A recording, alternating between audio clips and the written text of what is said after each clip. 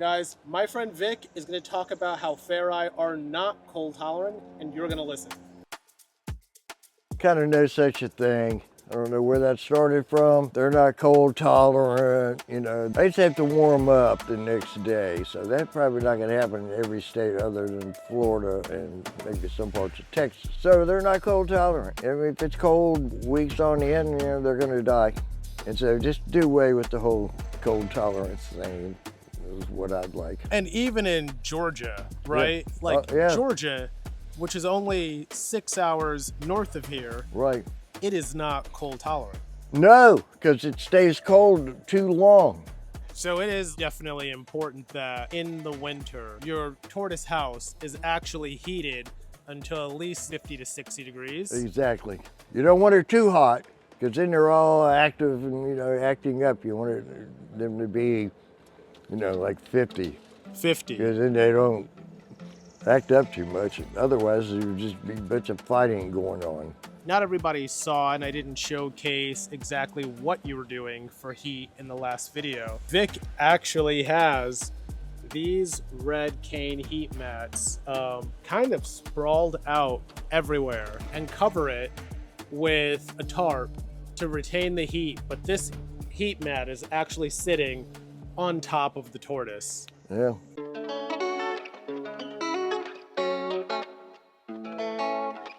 I have just been, this is weird that she walked off, watching her so intently, you know, like every hour of the day. All right, it's nesting season and Big Mama has been working on her nest for the past couple of days. Fair-Eyes build above ground nests by scraping debris and leaf litter together until it's high enough to keep the eggs safe from the monsoon that occurs naturally in their native lands. If you remember from the last video, Big Mama was one of Vic's first 2 imports directly from Thailand. There's that one picture of me looking down at her when we were taking pictures. I said, oh, I screwed up. I moved, and that was the best picture that ever came out of me and my tortoises. There was some kind of connection going on there. Vic and Big Mama have been together since 1988. Just thinking about it, I was 4 when Vic and Big Mama met. Oh, I'm so glad you get to see all this shit. And she was already an adult. And so how many are in here now? Just Kookaroo? 2, yeah, in the mail. Is Kookaroo an import or? Yeah, it's a 95 import, and for some reason, she decided to live. This girl is just beautiful. I mean, absolutely stunning. There's something about the Fair-Eye, I just keep saying it over and over and over again, that is just so majestic. I can't put my finger on it, but I've not seen another tortoise with this kind of intelligence and majesty. Their shell gets kind of oxidized, like, you know, an old red or black car. And then this gets scraped off by breeding, so you know, you see the real color. And so her Goulard down here. Oh yeah, well, she just came in that way. It has no effect on anything. It just crooked, you know, that's how she got her name. She built a great nest. As you can see, she raked up everything. I mean, I used to measure it, you know, it's like 500 or 600 square feet anyway, all there. And I do a little alterations. I don't like so much dirt in the nest, so I put leaves in here for them. I call them, you know, like nest management, you know. Big Mama is in a corner. Yes. And Kookaroo is in a, do they usually? 99% of the time. They're in the corner. Yeah, they're in the corner. They're in the spotlight, leaving their religion. That's a song by R.E.M. But no, it's you know, it's kind of odd since there's not too many 90-degree angles in nature. So.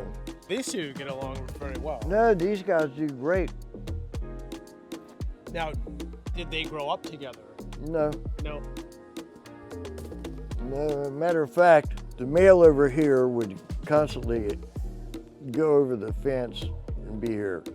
Oh, really? So I just said, okay, be here. Oh, is that him? Yeah. And so, you know, And so they just like, they get along. Yeah, he used to be in here. And there is a male. In fact, he's a really interesting, wherever he is. We call him Quasimodo.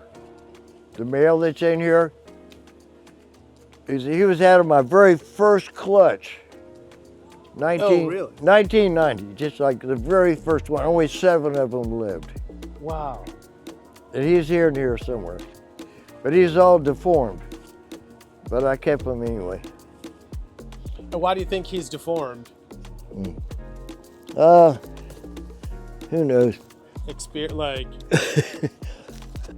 I know what I was doing, you know, incubation, temperatures, and all that shit.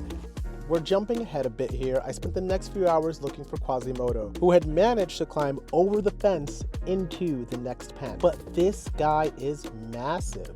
For sure, he's over 50 pounds. Next time I come out here, though, I am bringing my scale for sure. so why don't you want them to go in here right now? Well, it's just too hard to, you know, deal with the eggs. Oh, I see. So if they build a nest in here. Yeah, I'd have to go in there. And who's this? Actually, this is a captive-born tortoise that laid eggs herself Oh, and wow. made the 2nd generation, you know. Wow. Yeah. So did you produce her? Yes. What year? I know it took 13 years for them to, you know, produce eggs. They were F2 eggs, no doubt about it. I used to have 2 of them. So how much do you think she weighs? 50 pounds? You know, I don't really know on her. I should, you know, but, you know, I have a hard time weighing them now. You know, it takes a certain kind of apparatus. Look at this one over here. He's just really curious about you. What is that guy doing? Kukru, which is short for crooked gular, was imported from Thailand with CITES paperwork in 1995. As Vic mentioned in the first video, the key to their success is a large enclosure with dense overhead canopy. Vic prides himself on being able to replicate the most natural environment, replicating Thailand, parts of Bangladesh, Myanmar, where these tortoises were imported from. He affectionately calls this space specifically Little Thailand. As a side note, I feel incredibly grateful to have someone like Vic take me under their wing, allowing me to absorb all of this firsthand information. So Vic, what were you saying about the watery eyes? Definitely the oxytocin kicking in. I mean, they can get watery eyes from just digging the nest and the dust, but I just know the difference. She's just over there, not doing a whole lot. It's just like the thin line between, you know, chaos and stability. That's exactly what's going on here. So those 2 that were under the pond liner last time. Oh yeah, they're out. They're out now. Oh yeah. We can go look at them if you want. Yeah, I just do these guys I've got a whole bunch of bell peppers for them today. So interesting. So you give them the seeds and all. Oh yeah. A few peppers, I don't know how nutritious it is. It's just the behavior of them and their curiosity. I take it out of the refrigerator, it goes too cold. I let it, you know, room temperature, and they probably don't give a shit. But, you know, I just do it because it seems like the right thing to do. You know, I don't think it would hurt anything. But, you know, maybe in the morning, you know, early mornings in Myanmar, you know, you might be, you know, a little bit cool. No, they're back out and cruising along. Hey, what's up? I talk to them like, you know, they know who I am. Lay some eggs. She definitely knows who that I I'm am. not you. I don't know what's so interesting about this place over here.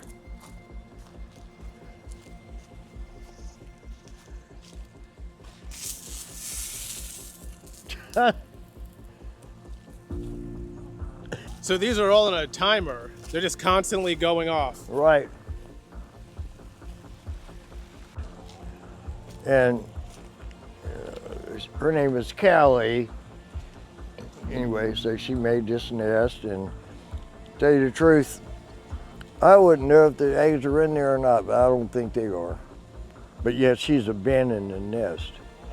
So I have looked for them and didn't find any. Have you ever incubated any eggs just out here without an incubator? No. No. You just always like grab Yeah. And she's always been problematic about eggs, not very successful. Her name was Callie because I sold her to somebody that I got it back 20 years later. Oh, from Callie. Oh, what is her name again? What's that? This girl. Oh. This is probably the biggest. I think so. Fair Yeah, and she moves everything around.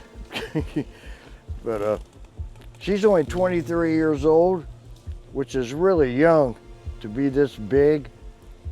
You know, so most of the ones that I have are, Wow, it just you know, sounds they like weigh like double her. it sounds like she's moving some armor. Oh yeah, yeah, that leather thing. But she's gonna be a monster. And she has nothing to do with a male or female. She's a virgin. Really? Yes, I can't get any breeding out of her whatsoever. So interesting. But typically at 40 pounds, Yeah, fair eye, 40 pounds. that's the marker. You got one coming up behind you, just so you know. I see you trying to bite my Yeah, butt. he'll bite you. This is the male. But yeah, she's so beautiful, and you'll notice it because there hasn't been very many males in there. Her shell is just perfect. Yeah. Which, in other words, if there's a male around her, they destroy their shell. But she don't have nothing to do with anybody. I'm not quite sure what that means. Yeah. Does this one have a name? Yeah, he's the old man. He came in 1988 with the this is Big the old Mama. man. Yeah. The imports I got were all CITES verified, so I know they came from Thailand, okay? Yeah, that kind of means something. And so, yeah. But I don't, you know, I can breed them to, you know, the ones that came in together, and then, you know, 40 years go by and you're breeding their brothers and sisters, you know, it's called line breeding. yeah. And if you didn't do it, you know, the species would be extinct. So this one here, the old man, Yeah. this is actually his daughter. Yeah. That's crazy. Yeah, He just produced him and Big Mama, right? exactly, yeah. Produced such a monster. Yes. I mean, this is the most incredible thing that's ever happened to me, that she's doesn't tolerate a breeder, and she's so big at 23 years old. Now, I'm just telling you, that's young for a mountain tortoise. Right. Because I have them, they're like 45, 50 years old. She's born in 2004. I brought her here from my old place, you know, just I don't know why it happened. And so the old man is here. This is Callie, the infamous Callie. Okay, that's her. So if you did not, let's just say, you skipped a year putting Callie with a male, do you think that her eggs would be fertile? No. No. No. Interesting. Very. I mean, you know, as far as I can tell. So we get out of this cold front that we were in last time, right? Right. How long after that will you see like mating start? Every year that's different. It's been so dry here for so many years, it's like less and less breeding going on. They kind of have to be, influenced by a lot of rain and a barometric pressure drop. Otherwise, it doesn't happen. They're all super active today. Yeah, they seem like they're, doing pretty good. So here's the infamous pond. I think from Facebook, you recently had this demucked, right? Well, I just kind of pulled it back where they came out, and no harm was really done. I kind of like the leaves in there. Possibly, can clog up some holes, plus it's tannic water, which is very, good for the tortoise's skin and so forth. And they get kind of scarred up, with breeding and all, so tannic water is where it's at. I can't wait till the Fish and Wildlife people come out here and try to give me a ticket for this. I'll say, what the hell do you know? For this tiny... They're just so stupid. I mean, It's more of a basin. It's tannic water. I would have to add it if it didn't just happen. I had to run really quick because I heard a familiar sound. You kind of have to look and then walk away real quick. Because they'll just they're like, oh, where's the food? And exactly. Screw the maiden. So the male is the bigger one. Yes. I think Why is the male... Interesting story on this male. He was sold as a baby. He lived in Maryland. And then, 20 years later, he wants to give it back to me. And so that's what that tortoise. So both it's Callie got different looking scoot patterns because it was raised in Maryland, not here. Nothing serious, but I mean that's where it came from. That happened to me twice in my life. Okay, we've heard a lot about Vic producing, but let's check out the next generation. These are 2024 wholebacks that we actually saw last year in Daytona at the National Reptile Breeders Expo. They will also be at the 2026 show, so if you are interested or if you're going, even if you've just seen this video and you like one of these guys, don't be afraid, hit me up on Instagram because I can reach out to Vic directly for you and help you with shipping so that you can get your little guy. I love juvenile Minoria. All three species have an incredibly rugged look and appearance. Look at this, perfect pectoral scoots, which means fair eye in most cases, but not all the time. Different subject. These are marginals, the ones that go around the edge. And these, for some reason, these two are called supercodules. Those are the ones right there. And then these are the Castle scoots. And this species are kind of indented so much to a little degree. And well, I'd call that one a female for sure. Just because it has a real little tail. See, okay, look here. It's very small. If there's a male, it'd be way over here. At that size? Yeah, at that size, yeah. So these are probably all female. They look female to me, yeah. Now I gotta tell you, sometimes as they grow, it changes. I tell everybody, if it lays eggs, it's a female. All right, let's check in on these babies' mama, AKA Big Mama. Yeah, that'd be really cool. On average, they usually have them like midday, which, not the case.